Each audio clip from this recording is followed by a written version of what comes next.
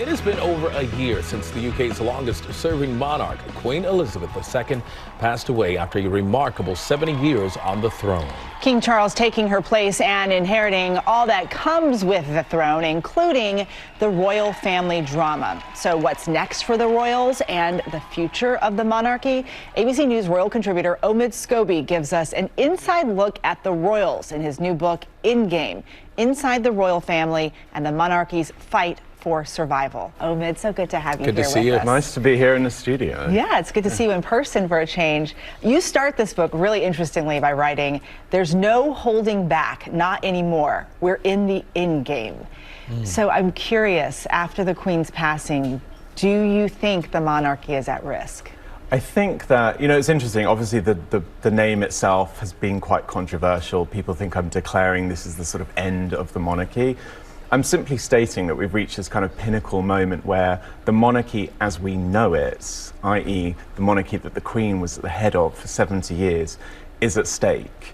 I think there are so many issues, so many unanswered problems, so many things that within the UK we've only just started to talk about because we feel comfortable now having those conversations about the purpose and the relevancy of the royal family, that there are many things now in the hands of the royals to really take it into a modern future, one that can secure its stability or see it fade into insignificance.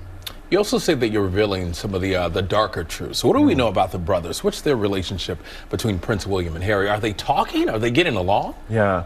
I think coming out almost a year after the release of Harry's book, Spare, which of course told so much about the stories between Harry and his brother and the fractures between them, I really wanted to look into kind of where they moved after the release of that book. Even on GMA, Harry was talking about wanting those reconciliations with his family, those moments to sit down and find accountability, apologies. And it was a little upsetting to discover that for neither of them, nothing has changed.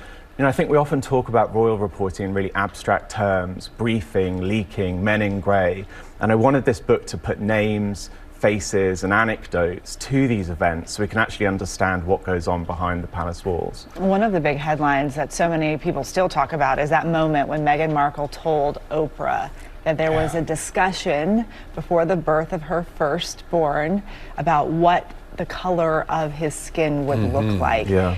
You've learned more about kind of that moment and who was involved. Yeah. What can you tell us? Yeah, I think, listen, there are many people that argued it's normal to have conversations about what a child might look like at birth, and I think the problematic term that Meghan raised was that there were concerns over the colour of Archie's skin. And I always wondered why Harry and Meghan didn't continue that conversation in the Netflix series. In Harry's book, Spare, it was like it disappeared out of sight, and I wanted to get to the bottom of that. So to discover more about these letters that had been exchanged between Meghan and Charles after that Oprah interview, where although neither still see eye to eye on it to this day, they were able to at least share their queries and concerns about those conversations that happened within the family.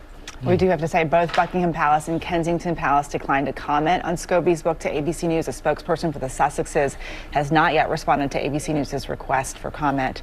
The book is called Endgame. Omid Scobie, it's always so good to see you. Thank you for being here. Can't wait to dig into it. Thank you, man. Thanks. Well, hey there, GMA fans. Robin Roberts here. Thanks for checking out our YouTube channel. Lots of great stuff here. So go on, click the subscribe button right over here to get more of awesome videos and content from GMA every day, anytime. We thank you for watching, and we'll see you in the morning on GMA.